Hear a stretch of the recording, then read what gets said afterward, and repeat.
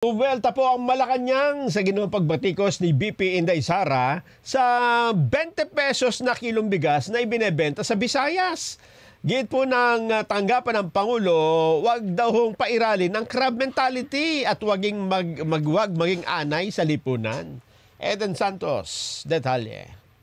Wag sanang pairalin ang crab mentality at wag maging anay sa lipunan.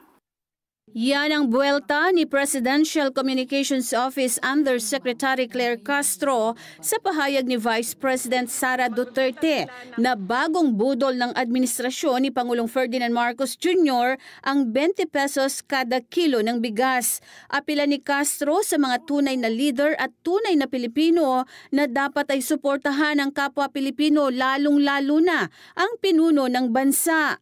Panawagan pa nito na magkaisa ang lahat para matupad ng Pangulo at ng pamahalaan ng mga aspirasyon para sa taong bayan. Unang-una po, matagal na po nilang ini-issue na mukhang hindi kakayanin ng Pangulo ang aspirasyon na magkaroon at mag-deliver ng bigas sa halagang 20 pesos kada kilo.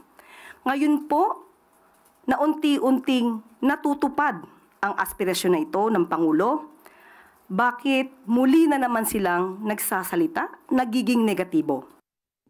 Paliwanag naman ni Castro kung bakit sa Visayas ang pilot area ng 20 pesos na bigas.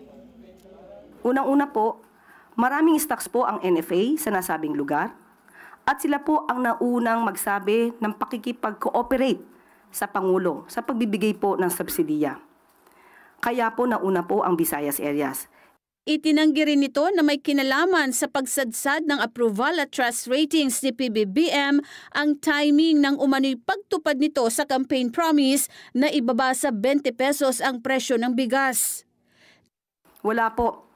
Dahil bago pa po nagkaroon kung anumang survey rating ang napapakita ngayon, noon pa po ito pinag-uusapan. Tiniyak naman ni Castro na maganda ang kalidad ng ibebentang bigas dahil 33 pesos kada kilo ang orihinal na presyo nito.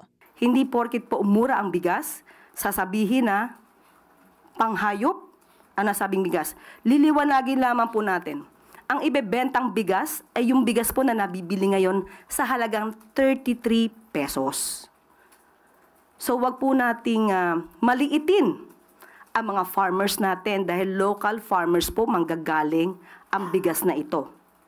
Samantala, wala pang linaw kung lahat ng mga Pilipino, mahirap man o mayaman, ay makakabili ng 20 pesos kada kilo ng bigas. Binubuo pa ng Department of Agriculture at maging ng local government units ang susunding guidelines sa pagbebenta ng murang bigas. Nakausap po natin ang representative ng DA at sinasabi po naman nila ito ay maa-avail ni numan. Pero magkakaroon din po ng sariling guidelines ang LGU kung kanino po ito maibebenta.